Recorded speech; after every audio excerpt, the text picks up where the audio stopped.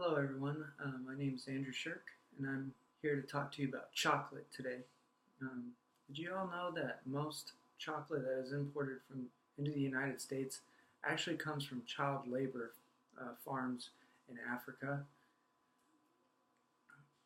Today I wanted to talk to you about that industry, the industry of this child labor that is still going on in the world, the companies that are participating in it, and also what we can do to make a difference, and the people who are making a difference already.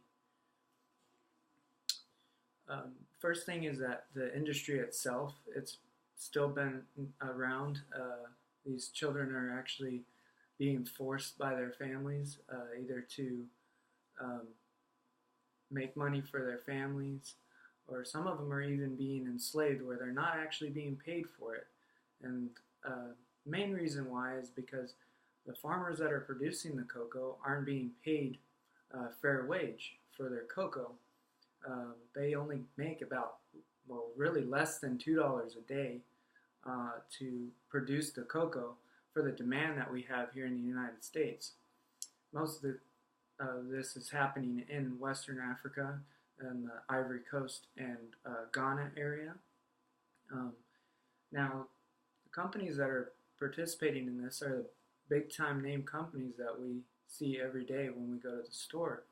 There's Mars, Nestle, Hershey's, even other companies that produce like the Cadbury and all that. They're the ones that actually buy this cocoa from these farms in West Africa that participate in child labor. And these companies have recently, since they've been getting a little bit more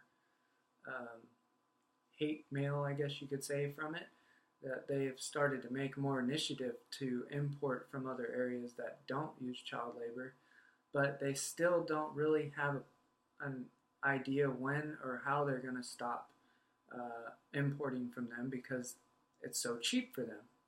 The reason is because they don't give a fair wage to these farmers. So what is something that we can do about it? There's an organization out there called Fair Trade. They do more than just examine the chocolate industry. They also do other industries to make sure that things are being ethically done. In this case with cocoa, they actually go to the farms that produce cocoa, make sure that the farmers are being paid fairly, that they're also taking care of the environment. It's not only just the companies taking care of them, but also the farmers taking care of the world. And so they certify these farms so that they can be considered ethical. And there's a website that you can go to find these companies that are part of this organization. It's the Fair Trade website.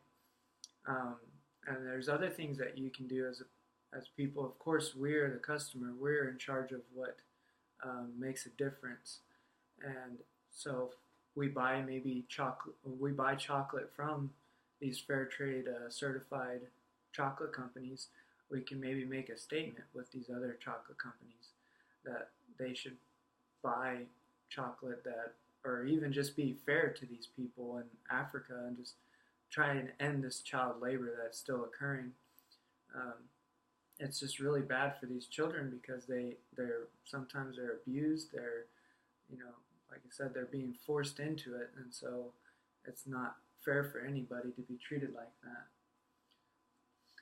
So there is a change that needs to be made here, and the change is that we want to end this now, and it's important that people are treated fairly throughout the world, even though they may not believe in the same things as we do. That it is important for them to be treated with respect. So something we can do is also go to the slavefreechocolate.org.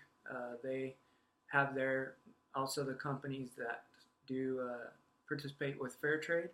They also have ways that you can help the children that are enslaved or are participating in these child labor, that they might be able to make a difference. And there's ways you can either donate to them or even volunteer for things. And it's important for us to stand together to make a difference in the world with things like this going on.